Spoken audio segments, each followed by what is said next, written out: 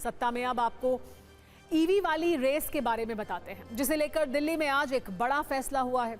दिल्ली में प्रदूषण से लड़ने के लिए सरकार ने ईवी प्लान का ऐलान किया है। आज ईवी पॉलिसी 2026 को मंजूरी दे दी गई। इस नीति का मकसद दिल्ली में प्रदूषण से जंग है, लेकिन इस पॉलिसी से कैसे महंगी और प्रीमियम बाइक्स बनाने वाली कंपनियों के लिए चिंता का हॉर्न बजा है, ये देखिएगा। दिल्ली में नई इलेक्ट्रिक व्हीकल पॉलिसी 1 जुलाई 2026 से लागू होगी, जो 31 मार्च 2030 तक लागू रहेगी।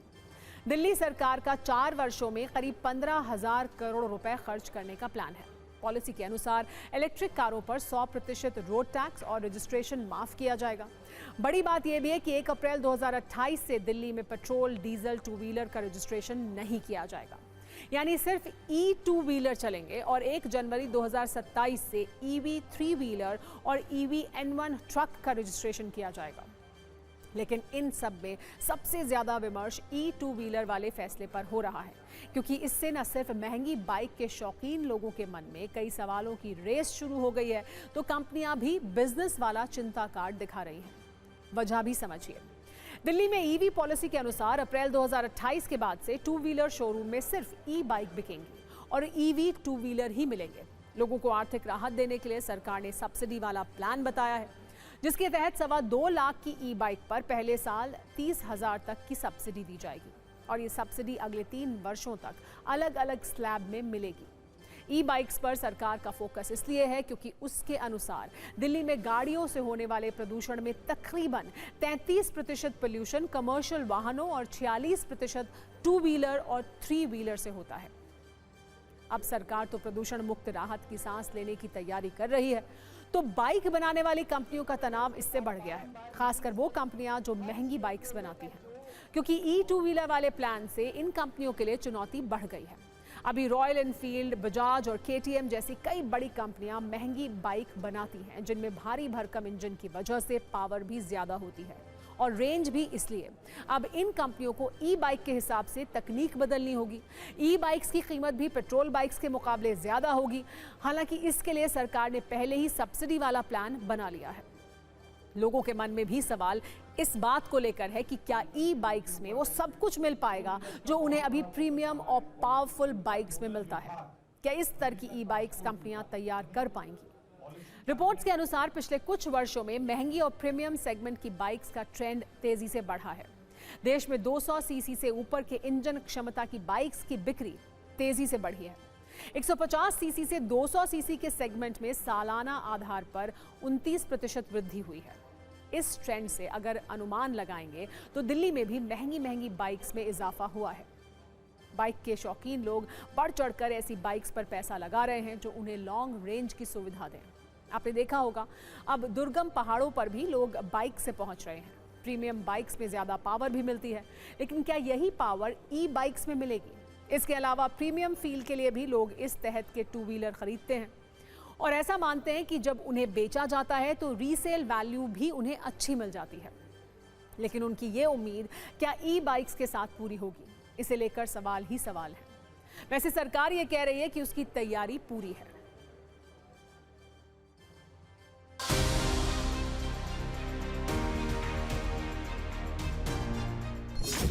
ईवी पॉलिसी तो हम 1 जुलाई 2026 से लागू करना चाह रहे हैं। 31 मार्च 2030 तक ये पॉलिसी लागू रहेगी। पूरी की पूरी पॉलिसी इलेक्ट्रिक व्हीकल्स के ऊपर केंद्रित है, जिसके माध्यम से हम चाहते हैं दिल्ली शहर पूरी तरीके से धीरे धीरे पॉल्यूशन फ्री सिटी में कन्वर्ट हो। दिल्ली में तो आसान है अरविंद केजरीवाल के कामों को नाम बदल के अपना बता देना, पर आज 2026 के भारत में जरूरत है कि अरविंद केजरीवाल जी द्वारा बनाई हुई ईवी पॉलिसी, जिसका नाम बदलकर दिल्ली में भाजपा क्रेडिट ले रही है, वो हर जगह इम्प्लीमेंट हो। मेरा मानना है कि पोल्यूशन के खिलाफ ये एक जंग के रूप में ईवी पॉलिसी काम करेगी, क्योंकि इस ईवी पॉलिसी के माध्यम से हर तरह का व्हीकल जो पोल्यूटिंग व्हीकल है दिल्ली में, उसको ईज आउट करने के लिए एक विस्तृत पॉलिसी बनाई गई है। ईवी के साथ भी एक बहुत बड़ा सवाल बार बार उखड़ के आ रहा है कि जो बैटरियां निकल कर आ रही हैं, उनका डिस्पोजल का क्या होगा।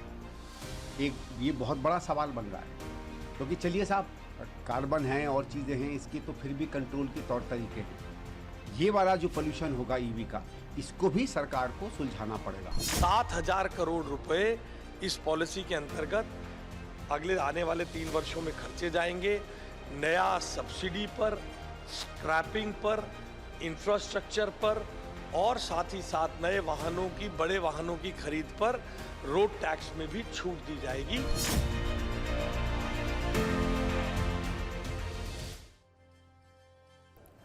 आपको बताते हैं, जब ई बाइक्स वाला प्लान पूरी तरह जमीन पर आएगा तो क्या फायदे होंगे और इसे लेकर सरकार के सामने क्या बड़ी चुनौतियां होने वाली हैं।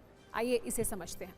एक्सपर्ट्स के अनुसार दिल्ली में ई बाइक के आने से पेट्रोल और डीजल के बढ़ते दाम से छुटकारा मिल जाएगा। माना जा रहा है कि ईवी में इंजन, गियरबॉक्स और ऑयल जैसे तामझाम नहीं होंगे, जिससे सर्विसिंग का खर्च भी कम हो सकता है। इसके अलावा सरकार ईवी खरीदने पर सब्सिडी देगी, इसलिए आर्थिक राहत भी मिलेगी। लेकिन फायदे के साथ कई चुनौतियां भी हैं, जैसे ईवी 2 व्हीलर की रेंज बढ़ानी होगी और ऐसी बाइक तैयार करनी होंगी जो एक चार्ज पर लंबी दूरी का सफर तय कर सके। इसके अलावा सरकार को चार्जिंग इंफ्रास्ट्रक्चर मजबूत करना होगा, ये भी एक बड़ा चैलेंज है। साल 2028 तक 100% ई बाइक का रजिस्ट्रेशन भी चुनौती होगी, क्योंकि तब पेट्रोल डीजल की बाइक का नया रजिस्ट्रेशन बंद हो जाएगा। इसलिए बड़ा चैलेंज ये माना जा रहा है, क्योंकि दिल्ली में अभी जो रजिस्टर्ड गाड़ियां हैं उनमें बड़ी संख्या बाइक, स्कूटर यानी 2 व्हीलर की है। आंकड़ों के अनुसार दिल्ली में 87,60,000 से ज्यादा गाड़ियां रजिस्टर्ड हैं। इनमें से 59 लाख से ज्यादा सिर्फ बाइक और स्कूटर हैं, और ये आंकड़े दिल्ली सरकार ने खुद अपनी रिपोर्ट में बताए हैं। मतलब दिल्ली में कुल गाड़ियों में 67 से 68% दुपहिया वाहन है, और अभी दिल्ली में चलने वाली हर 3 में से दूसरी गाड़ी स्कूटर या बाइक है। ऐसे में 1 अप्रैल 2028 से 100% ई 2 व्हीलर वाले प्लान पर दिल्ली के लोग क्या कह रहे हैं, इस पर भी आप एक रील देखिए।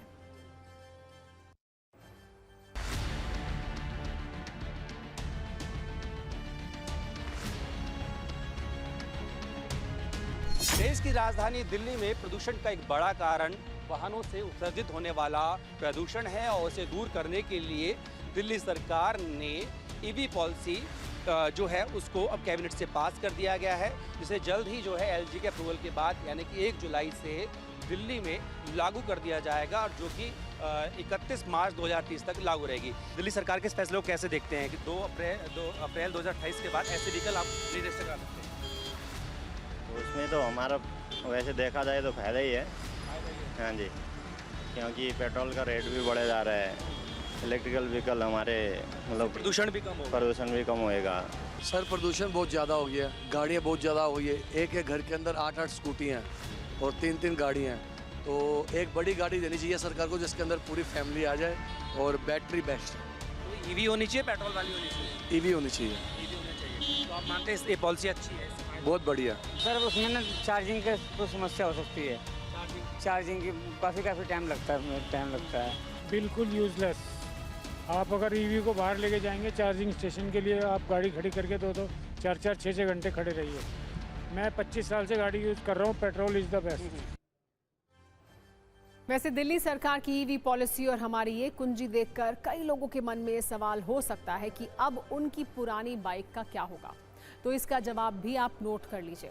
ये नियम सिर्फ नई खरीदी जाने वाली बाइक्स पर लागू होगा, मतलब 1 अप्रैल 2028 के बाद खरीदी जाने वाली बाइक्स पर। अगर कोई भी चाहे तो 1 अप्रैल 2028 से पहले पेट्रोल या डीजल बाइक खरीद सकता है, और अगर पहले से किसी के पास पेट्रोल और डीजल बाइक है तो उसे चलाने पर भी किसी तरह की कोई रोक नहीं है। हालांकि समय समय पर प्रदूषण के वक्त दिल्ली में पेट्रोल डीजल गाड़ियों की एंट्री पर बैन लगता रहता है, लेकिन इस पर क्या होगा इसे लेकर अभी तस्वीर स्पष्ट नहीं है।